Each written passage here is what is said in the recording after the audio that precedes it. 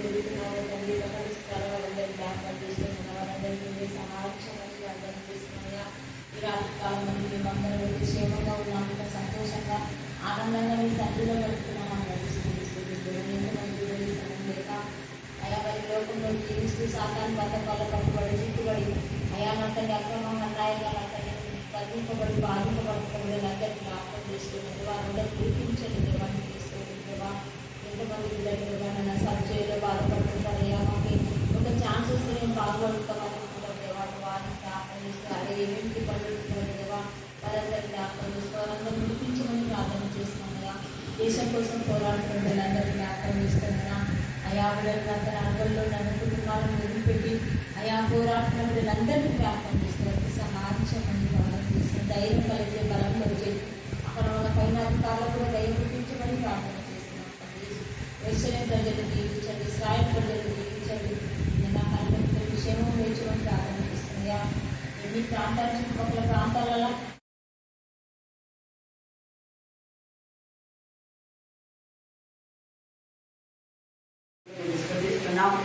దేవా. అలాగే నా ప్రభా ఇలాంటి కాల సమయంలో ఎంతమంది బిడ్డల జీవితాల్లో దేవా నా ప్రభా మీరు చేసిన మేడలు బట్టి మీరు స్థుతిస్తున్నారో వారందరి జీవితాలు సంతోషంతో సమాధానంతో నెమ్మదితో మీరు నింపమని ప్రార్థిస్తున్నాం. ప్రతి బలహీనత జయించిన దైవ మౌన్ కాక ప్రభా స్తోత్రం. మీరు చాలినంత దేవుడుగా ఉన్నందుకు మేము స్థుతిస్తున్నాం.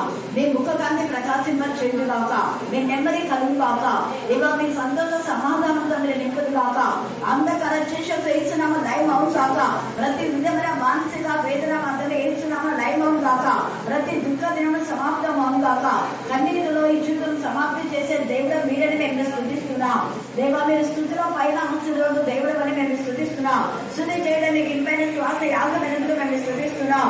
అలాగే నా ప్రభు అఖిల విషయంలో కూడా మీరు అద్భుత కార్యం చేశారు తండ్రి. మీకే వర్ణాలు శుద్ధులు స్తోత్రం చెల్లిస్తున్నాం. స్తోత్రం దేవా, మీకే స్తోత్రం, మీకే స్తోత్రం, మీకే స్తోత్రం, మీకే స్తోత్రం. కమల నా ప్రభ నా తండ్రి చదువు దేవరాజు నా ప్రభ వారి విషయంలో ఎడ్యుకేషన్ విషయంలో మీరు అద్భుత రీతిగా చేసినటువంటి మేళను బట్టి మేము స్థుతిస్తున్నాం. ఇంకా నా ప్రభా పొలం పంటలో అనేక మంది బిడ్డలకు నా తన మీరు ఇచ్చిన సహాయం బట్టి మేము స్థుతిస్తున్నాం. దేవా బిడ్డలకు ఇచ్చిన గర్భ ఫలాన్ని బట్టి మేము స్థుతిస్తున్నాం. దేవా అలాగే నా ప్రభ నా తండ్రి వివాహం కోసం ఎంతమంది అయితే మీ శరీరంలో ప్రార్థన విన్నపం ఇచ్చారో వారందరికీ నీ ఎందుకు భయభక్తుల వ్యక్తులతో సాధన సహాయం ఇస్తున్నారు మేము స్థుతిస్తున్నాం.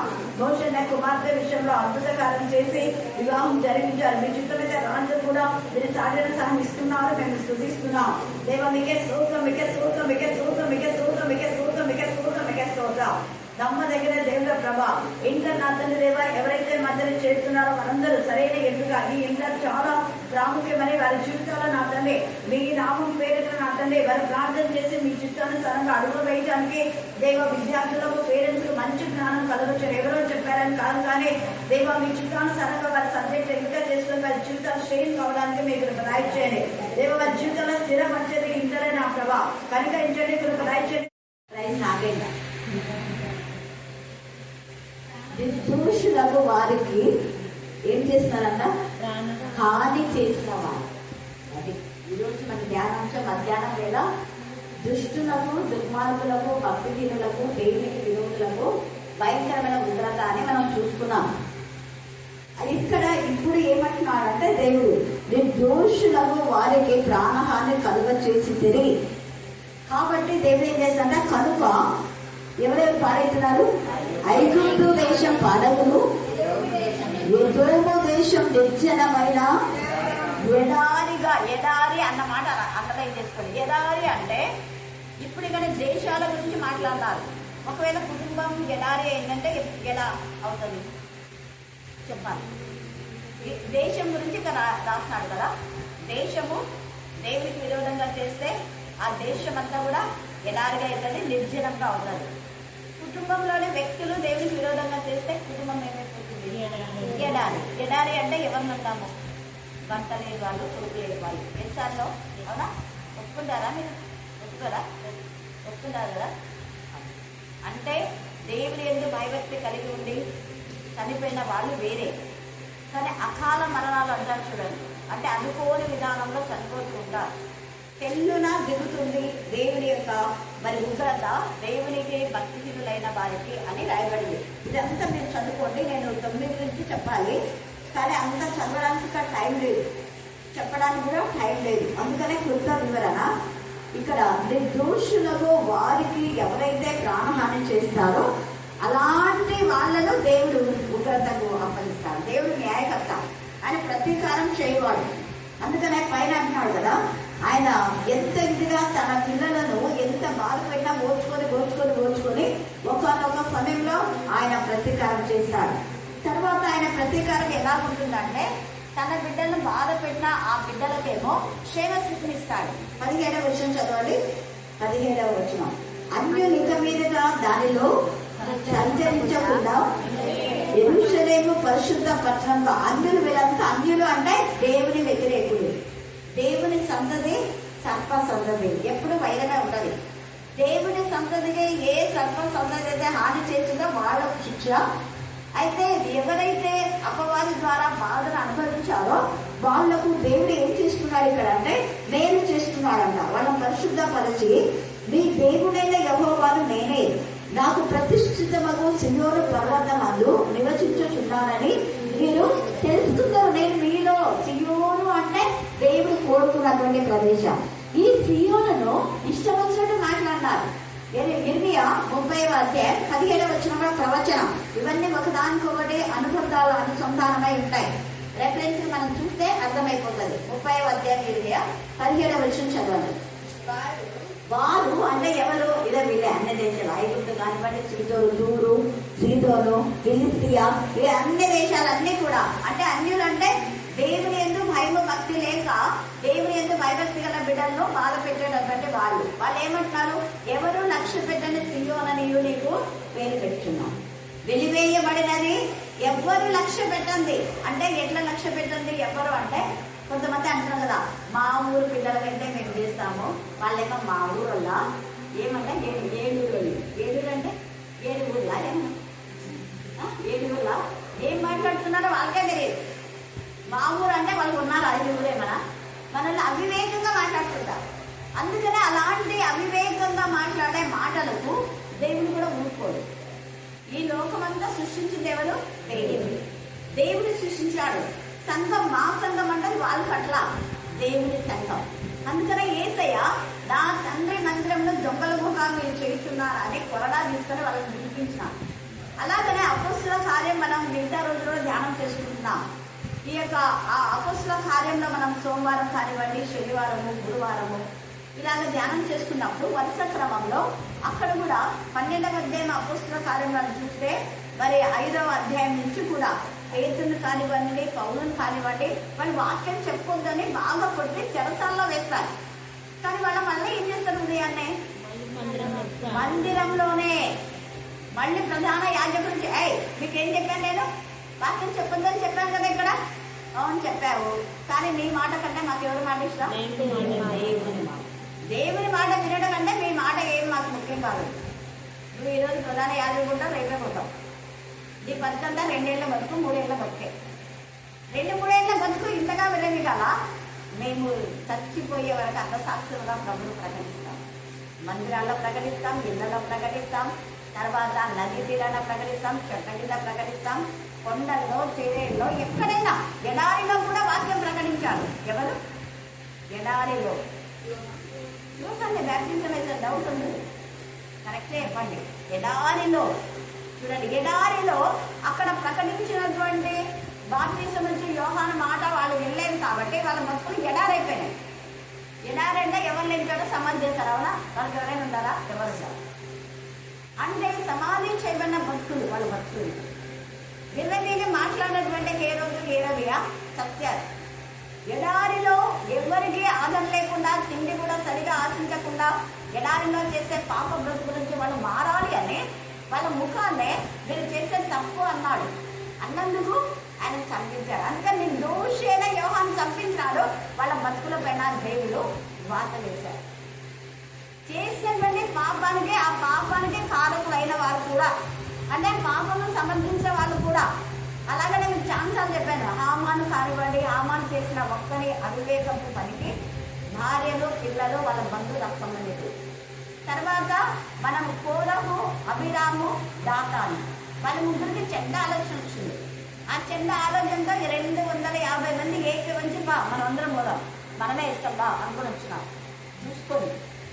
కానీ అక్కడనే ఆన్ ద స్పాట్ చచ్చిపోయారు. మళ్ళా వాళ్ళని సపోర్ట్ చేసినటువంటి అయితే చాలా మంది, సంఖ్యాకాండం 16వ అధ్యాయం వల్ల మనం చూస్తే కొన్ని వేల మంది చస్తారు దేవుని విగ్రహం. కారణం ఒక్కడే, నిర్దోషులైన వారిపైన బాధ పెట్టడానికి, ప్రాణహాని చేయడానికి వాళ్ళని ఏం చేసినా కూడా దేవుడు ఊరుకోడు. ప్రతీకారం చేసి ఇక్కడ సియోనును కోరుకున్నానంటాడు. మీరైతే ఎవరు లక్ష్య పెట్టిన సియోనని మీరు అనుకున్నారు, నేను దాని గాయంలో కట్టి దాన్ని బాగు చేస్తాను అంటున్నాను. విడియాలి సేమ్ అదే ఇక్కడ కూడా ఏమంటున్నా అంటే, ఏ సియోనునైతే వాళ్ళు బాధ పెట్టారో అదే సియోనులో తండ్రి అయిన దేవుడు ఆశీనుడు కాబోతున్నాడు. అదే సియోనులో ప్రతిష్ఠితమైనగా ఉంచబోతున్నాడు. అదే సియోను పర్వతం దేవుడికి మహిమకరంగా ఉండబోతుంది. ఇక అన్ని అక్కడ చేరరు. హల్లెలూయా, హల్లెలూయా, హల్లెలూయా. ఇది దినాలలో జరగబోతుంది కూడా. ఇప్పుడు చాలా ప్రాంతంలో జరిగింది. అంటే ఓన్లీ క్రిస్టియన్స్ మాత్రమే, క్రైస్తవులు మాత్రమే మందిరంలో ఏదైనా వాళ్ళకు కావలసిన పని, అంటే సంఘ పెద్దలు కానీ, కాపరి కానీ, ట్రెజరర్, సెక్రటరీ ఎవరైనా, ఓన్లీ క్రిస్టియన్స్ మాత్రమే. అన్యులు ఎవరు కూడా చేయకూడదు. అది ఇప్పటికి వచ్చింది, చాలా చోట్ల వస్తుంది. అందుకే ఇక్కడ ముందే చెప్తున్నాడు, అన్యులిక మీద ఏ మాత్రం కూడా అన్యులిక మీద దాంట్లో ఏం చేయదు, సంచరించకుండా యెరూషలేము పరిశుద్ధ పట్టణంగా ఉండును. మీ దేవుడైన యెహోవా నేనే, నాకు ప్రతిష్ఠితమగు సియోను పర్వతమందు నివసించున్నానని మీరు తెలుసుకుందరు. ఆ దినమందు పర్వతములలో నుండి కొత్త ద్రాక్షారసం పారును. చూడండి, పర్వతములలో నుండి కొత్త ద్రాక్షారసం పారునంట. కొండలలో నుండి పాలు. ఇది అర్థం చేసుకోవడానికి చాలా కష్టం. అన్ని చదివేటప్పుడు ఇలాంటివన్నీ నన్ను అడుగుతారు, కొండల నుండి పాలు ప్రవహించడం ఏంటి అని. మరి మీరేం చెప్తారు చెప్పండి? కొండల్లో నుంచి పాలు ప్రవహించడం సరేనా? కొండల్లోంచి పాలు ప్రవహించడం అంటే ఏంటి? పాలు తేనె ప్రవహించే దేశం అన్నారు కదా, మళ్ళీ ఇక్కడ కూడా వేస్తాం. అప్పుడు చేశారు, ఇప్పుడు కూడా వేస్తున్నాం. కొండల నుంచి పాలు ప్రవహిస్తాయట. ఎలాగా? సింపుల్ కదా, కొంచెం ఆలోచిస్తే మనీ ఏమో చెప్తుంది. మేఘం నుంచి కాదు, కొండలలో అది ఏంటంటే అవన్నీ కొండ మీద వెళ్ళి నా గొర్రెలను నేను కొండ మీద తీసుకొని వేస్తాను అన్నాడు కదా. అలాగా పాలిచ్చేటటువంటి ఇవన్నీ కూడా కొండల పైకి వెళ్ళి పాలిచ్చి అవి చాలా ఎక్కువైనప్పుడు ఇంకా వాటిని పాలు పిండుకోలేదు. ఆ పిల్ల తాగినంత వరకు తాగుతాయి. మిగతా పాలన్నీ ఏమి పెడతాయి, పడుకుంటాయి, సేవ తీసుకుంటే అంతా కూడా పాలు కాల్పే పాలు తాగుతా. అప్పుడు వీళ్ళంతా కూడా ఎవరో పిండి మనకు డబ్బుల కోసం పోసే పాల కంటే స్వచ్ఛమైన పాలు. ఎంత తేటగా మీరు కష్టపడకుండానే డబ్బులు ఇవ్వక మీరు కొనుక్కొని అవసరం లేదు పాల కోసం. అందుకనే కొండలు అంటాడు కదా, కొండలలో నుండి పాలు ప్రవహించును. యూదా నదులన్నింటిలో ఏమైతే అంట, నీళ్ళ పాలు. నీళ్ళ కొరత ఉండి ఎంతగా కష్టపడినాడు. మహాకరువు వచ్చింది ఇస్రాయేలు కాలంలో. అది కాండం 26లో మహాకరువులో 26వ అధ్యాయంలో 100 పంట పొందినాడు. కారణం దేవుని ఎందుకు భయభక్తి గలవాడని రుజుపరుచుకున్నాడు. అందుకే ఎవరైతే ఇస్సాకుకు హాని చేశారో వాళ్లకు కీడు చేశాడు దేవుడు. హాని కలిగింది. సిగ్గుతో వచ్చి అక్కడ ఎంత చక్కగా అపాలజీ అడిగి, నీ కనికరం ఉంటే చాలు సార్, మీరంతా అప్పుడన్నీ నన్ను పొమ్మన్నారు కదా, మళ్ళీ ఎందుకు వచ్చారు సిగ్గు లేకుండా అని ఏమేమన్నాడు. నేను నాకు పగవారు కదా అన్నాడు. అలా కాదు, నేను మీ వాళ్ళమే, నీ దయ మాకుంటే చాలు, మాకు అర్థమైపోయింది దేవుడు మీతో ఉన్నాడు. కొంతకాలం బాధపడ్డాడు. గుండె పగలాలా ఏం చేసిండాడు ఈసారి? 2 బావులు వదులున్నాం దేవా, 2 బావులలో వాళ్ళు మావని అక్రమంగా నేను తప్పిన బావులను బాగా తీసుకున్నా, పర్లేదు, ఇంకొక బాగుతాడు. 2 బావులు అక్కడంతా ఏమైపోయినాయి, ఎండిపోయినాయి. 3వ బయలు చేసిన. హల్లెలూయా, హల్లెలూయా. దేవుని యొక్క ఉగ్రత భయంకర. వాళ్ళు అనుకోవాలి, అంతవరకు మిర్చిమన్నారు వాళ్ళు, అన్ని మామయ్యగా అనుకున్నారు. అందుకని నిర్దోషమైన వారికి హాని చేస్తే అస్సలు కొనుక్కోండి దేవుడు. వెంటనే వాళ్ళ జీవితం కొంత ఆలస్యం కొందరు జరగవచ్చు మేబీ, కానీ దేవుడు ఎంతగా చూస్తూ ఉంటాడు. ఆయన చూస్తున్న దేవుడు. అందుకని అక్కడ అద్భుత రీతిగా ఆశీర్వదించాడు. ఇక్కడ యూదా నదులన్నింటిలో నీళ్లు పారున్నాయి. ఇప్పుడు చాలా నదులు ఎండిపోతున్నాయి. తర్వాత నీటి ఊట యెహోవా మందిరంలో నుండి ఉబికి మందిరంలో నీళ్లు ఉబికి పారినాయి.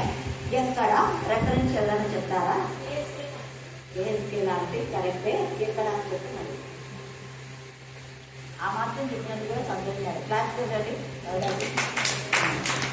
కొంచెం ఆశ్చర్యంగా తగ్గిందేమో అనుకున్నా, కొంచెం మెరుగు వస్తుంది. యెహెజ్కేలు 47వ అధ్యాయం ఇంటికి వెళ్ళినట్టు చదువుకోండి, ఎందుకంటే మనకు టైం లేదు కదా. అందుకని అక్కడ కూడా నీళ్లు గడప నుంచి నీళ్లు ఎక్కడి నుంచి వాతాయంటే అనేక మంది మందిరంలో చెప్పిన వాక్యమే. అందుకే రాళ్ళు కేకలు వేస్తాయి. మనం చెప్పిన వాక్యాలు, మనం పాడిన పాట, మనం చేసిన ప్రార్థన సాక్షార్థమై అవే నీటి ప్రవాహంగా అనేకులకు ఉపయోగకరంగా ఉంటుంది.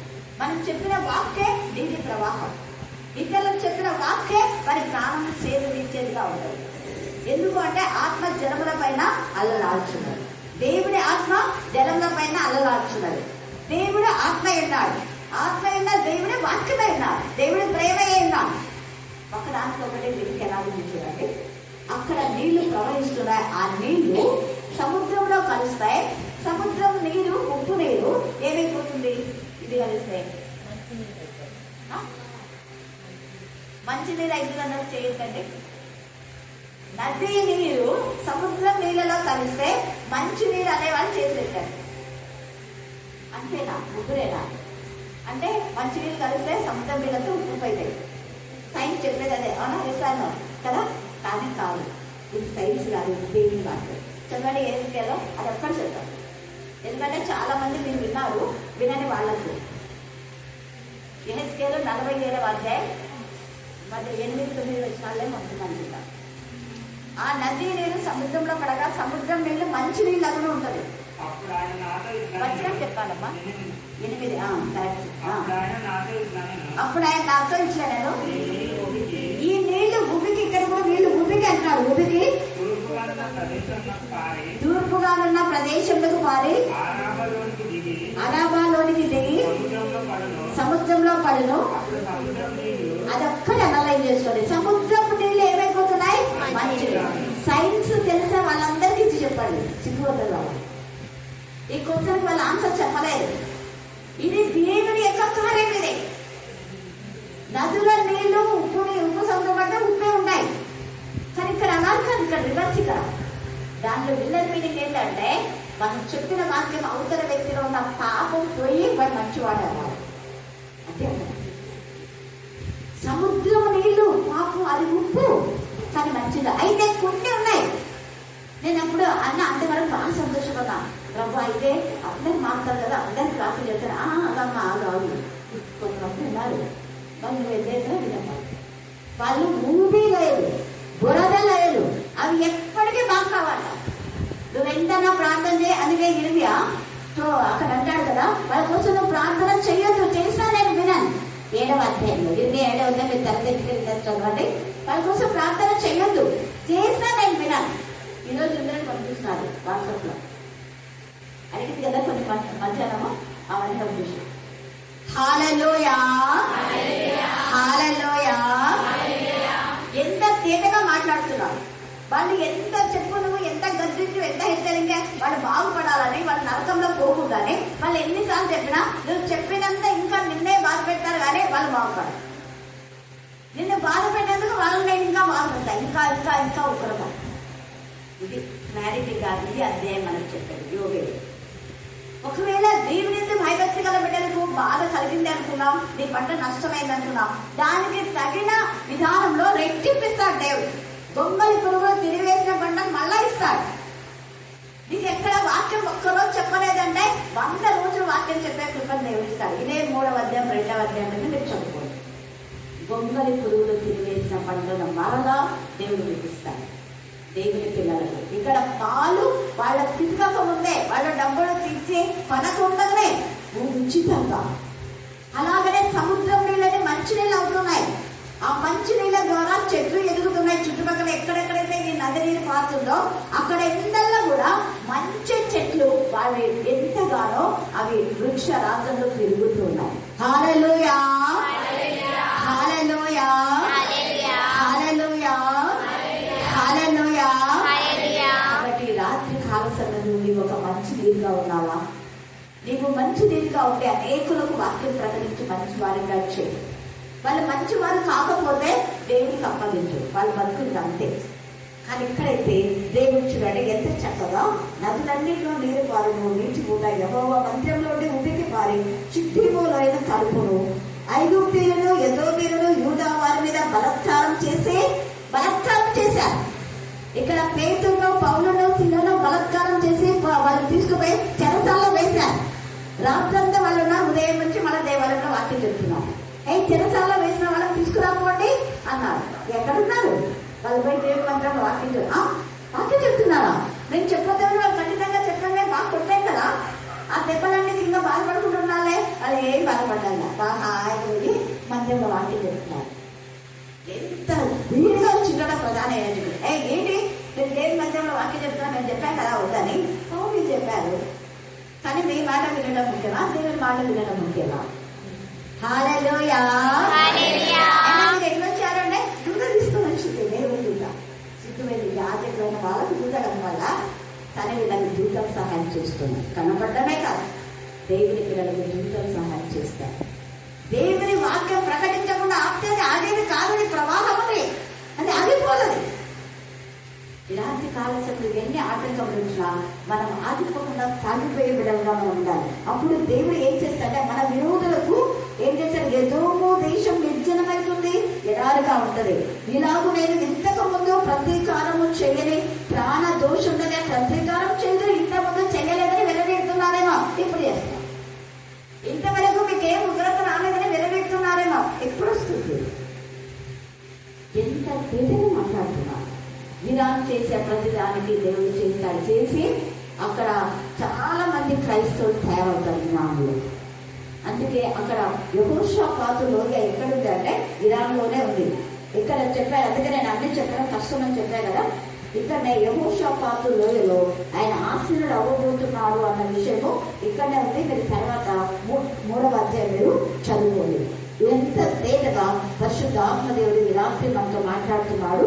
తర్వాత 21లో ఏమంటున్నాడంటే తరంలో అయితే యూదాది, అయితే వీళ్ళకేమో ఎడారి, వీళ్ళకేమో అరణ్యం, వీళ్ళకేమో రోదన, వీళ్ళకేమో వేదన, వీళ్ళకేమో ఉగ్రత.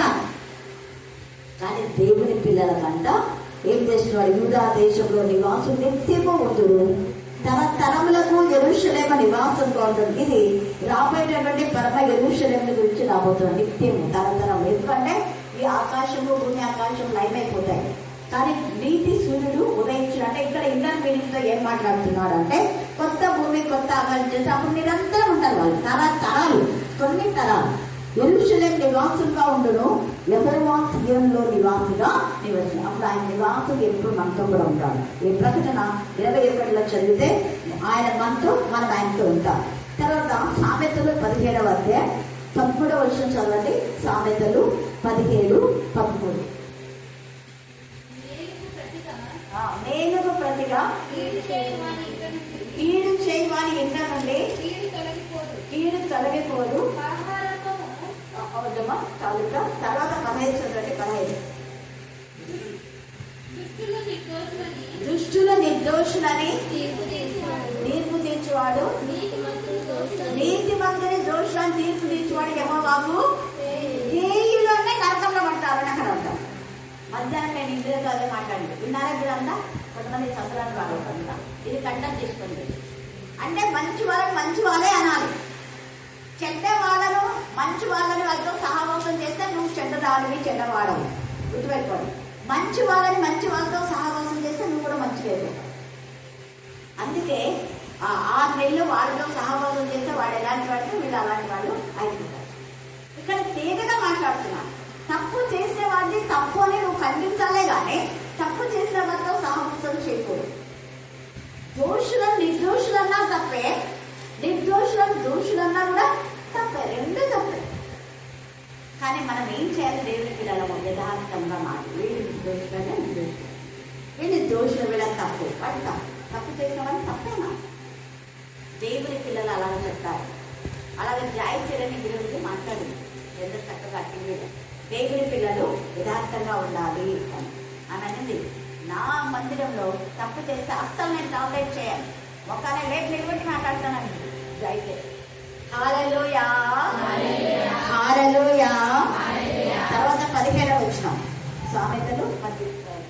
15.